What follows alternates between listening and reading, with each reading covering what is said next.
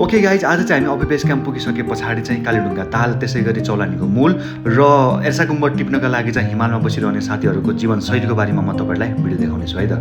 Okay guys, finally हामी चाहिँ base camp पुगिसकेका छौँ। तपाईँले देखिरहनु भएको छ, यो चाहिँ बिहान 5 बजेको दृश्य रहेको छ र म 5 बजे बिहानै उठेर बाहिर आएर हेर्दाखेरि चाहिँ यस्तो दृश्य देखियो जो तपाईँले देखिरहनु भएको छ। र हामी चाहिँ बिहानै उठेर ब्रस गरेर फ्रेस भएर चाहिँ हामीले कफी पियौँ र कफी पिइसके पछाडि चाहिँ खाना खायौँ र खाना खाइसके पछाडि चाहिँ आजको हाम्रो यात्रा चाहिँ कालीढुङ्गा तालको रहेको छ। र आज चाहिँ हामी फोटो खिच्नेछौँ प्लस भिडियो सुट गर्नेछौँ र आजको हाम्रो पहिलो गन्तव्य स्थान भनेको चाहिँ कालीढुङ्गा ताल रहेको छ।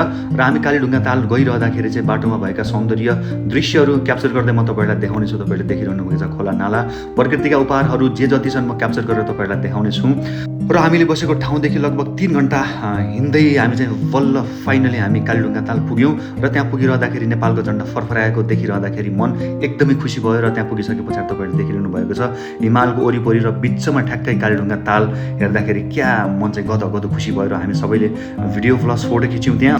कालीढुङ्गा तालदेखि लगभग आधी घन्टा अगाडि हिँड्दै गइसके पछाडि चाहिँ हामीले हिउँ भेट्टायौँ। लगभग दाइ र मैले चाहिँ लाइफमा फर्स्ट टाइम यसरी हिउँ खेलिरहेका थियौँ र हाम्रो पहिलोपटक भएको कारणले गर्दाखेरि चाहिँ हामीलाई हिउँमा खेल्न चाहिँ अति नै रमाइलो लागिरहेको थियो। अनि त्यस पछाडि त्यहाँ घुमिसके पछाडि त्यहाँबाट फोटो खिचिसके पछाडि चाहिँ हामी त्यहाँबाट फर्क्यौँ।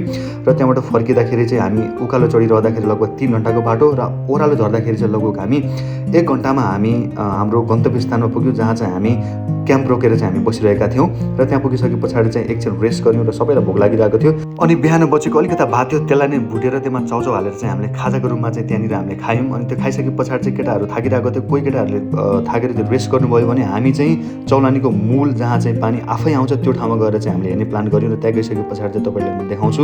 यहाँ तपाईँले देखिरहनु भएको छ, यो चाहिँ चौलानीको मूल हो, जहाँ चाहिँ 12 महिना आफै त्यहाँबाट पानी आउँछ। र त्यो देखिरहँदाखेरि चाहिँ मलाई अचम्म लागिरहेको थियो। र पानी यति चिसो थियो नि गाइज, होइन, त्यसको कुरै नगरौँ। त्यहाँ हेरिसके पछाडि चाहिँ अनि त्यहाँबाट फर्क्यौँ। र हामी त्यहाँबाट फर्किसके पछाडि चाहिँ हामी बस्ने जुन क्याम्प थियो त्यसको जस्ट अगाडिपट्टि चाहिँ एकजना दाइले क्याम्प रोकेर बसिरहनु भएको रहेछ। उहाँ चाहिँ एर्सा गुम्बद टिप्नको लागि चाहिँ सिजनमा जहिले पनि आउनु हुँदो रहेछ। उहाँसँग चाहिँ मिठो कुराकानी भएको छ। त्यो मिठो कुराकानी भएको चाहिँ ब्लग चाहिँ J2 ब्लग 2.0 मा आउँछ। र उहाँसँग कुराकानी गरेर उहाँले चाहिँ आज खाना यहाँ खानुहोस् भन्ने रिक्वेस्ट गरिसके पछाडि चाहिँ च्याङ्ग्राको मासुसँग मैले भात खाएँ। र उहाँसँगको मिठो कुराकानी तपाईँहरूले चाहिँ J2 ब्लग 2.0 मा तपाईँले हेर्न सक्नुहुनेछ। मेरो युट्युब च्यानललाई तपाईँले सब्सक्राइब गरेर राख्नु होला। केही दिन पछाडि चाहिँ म भिडियो पोस्ट गर्नेछु। एकदमै मिठो कुराकानी भएको छ। र खाना खाइसके पछाडि चाहिँ म चाहिँ आफ्नो क्याम्पतिर फर्किरहँदाखेरि चाहिँ दाइहरूले खाना खाइरहनु भएको थियो। एकछिन गफ गरेँ अनि त्यस पछाडि खानासाना खाएर चाहिँ हामी सुत्यौँ। र आजको लागि यति नै। Thanks for watching guys, bye bye, take care, good night.